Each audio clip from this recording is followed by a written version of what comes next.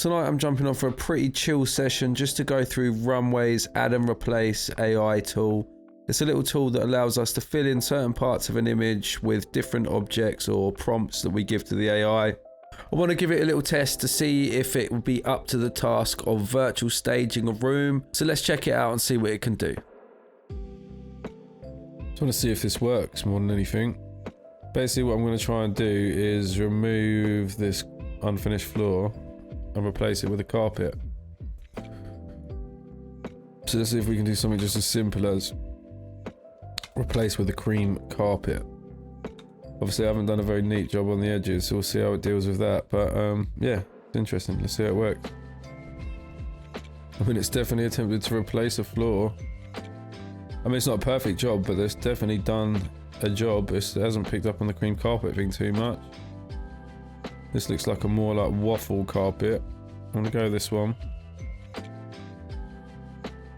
Okay, where else can we go with this? Wow, I mean, that is actually quite impressive. We're actually starting to stage this room at this point. Giving us a couple of other options. Bro. I mean, you can see it's missing some detail around here, but the way it's even attempting to add the shadows into the corners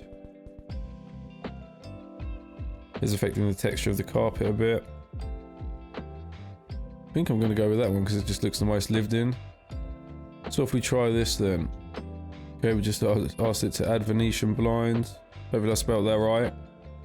It's actually pretty impressive so far. We've gone from that raw photo, well not raw photo, the edited photo of the empty room with no carpet and just the MDF board on the floor showing. This one's completely removed the windows.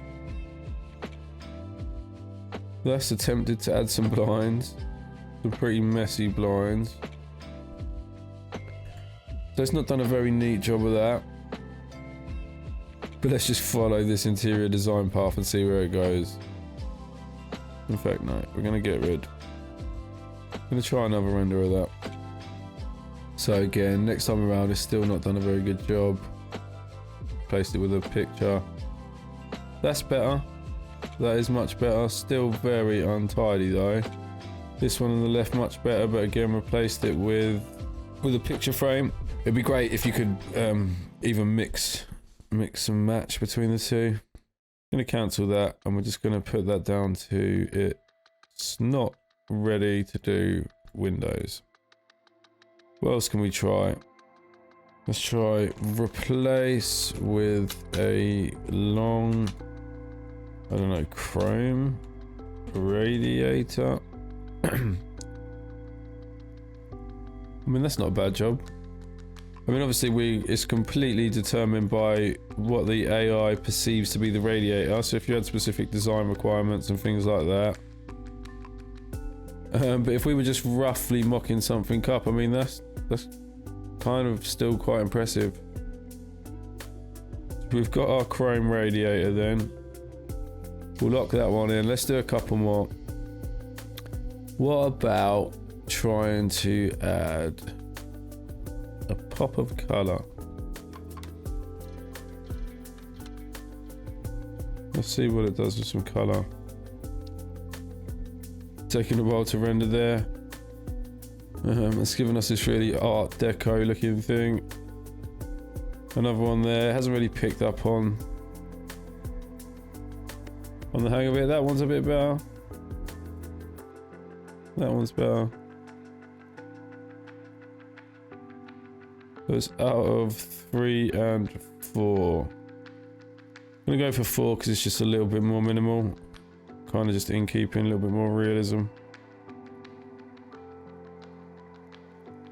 Okay, let's try and add another piece of furniture in or something. I'm not sure if I even gave it enough space here to be fair, but we'll see. I mean, that's not a bad job. The scale's obviously completely off. It looks like a mini one for a kid. Because I don't think I gave it enough space for what I was kind of asking for. That one kind of fits a bit more. Still quite small though. It has definitely tried to add more detail. Scale of the chair is still off hugely. I think I'm gonna go with this one just because it looks like a little corner cabinet. So again, it's kind of just a wild adventure where we're going to end up with this stuff, but you can definitely see the direction that this is going. Obviously, if you could start to feed in input images, if you did have specific pieces of furniture you were working with, we got to a point where it could just analyze that furniture, feed it into the frame exactly where we wanted it. Then you can start to see how this is going to be an insanely powerful tool. But what would happen if we then wanted to try and completely re-render this?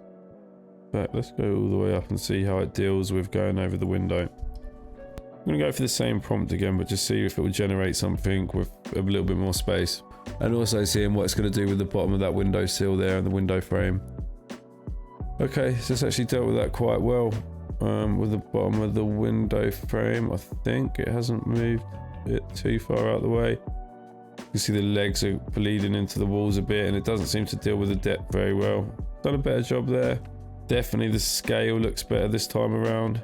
We're going to go for this one just kind of matches the white furniture. We've also got the matching of the green and then the shades of the brown. So just based on the color palette and the fact that it does kind of fit with everything else, we're kind of going for this kind of earth tony vibe at this point. Also, if you're watching through, let me know in the comments if you would have selected a different number of the furniture or of the options than I've selected as we've been going through. One more thing then, let's just try to add a little rug or something in the middle of the room to see how it responds to that, especially with the geometry of the room and the direction that the carpet's going in, relative to the walls and whatnot. So let's say add a black and white checked rug. Okay, let's see what that does. Okay, there's our first rug then. That one's just done a kind of blend of the textures. This one's kind of chipping, so we only really got one rug out of that. And it hasn't dealt with the geometry very well, or at least it hasn't placed the geometry very neatly within the context of the rest of the room. None of these others really work. They just kind of mess up the texture of the floor. But just for the sake of this image, let's go ahead with the only rug that worked. One last thing then, I'm just going to try and put a picture onto this wall just to fill out this side of the frame. So we're going to add a picture frame with a photo of a green forest. Let's let that generate. Here we go then. It's dealt with the geometry much better here, at least in this first part, and then maybe not so much there. 2 and 3 are good. I kind of like 2. Yeah, I think I'm going to go with 2 or 3. I'm going to go 2 just to keep with this kind of future vibe that we've created.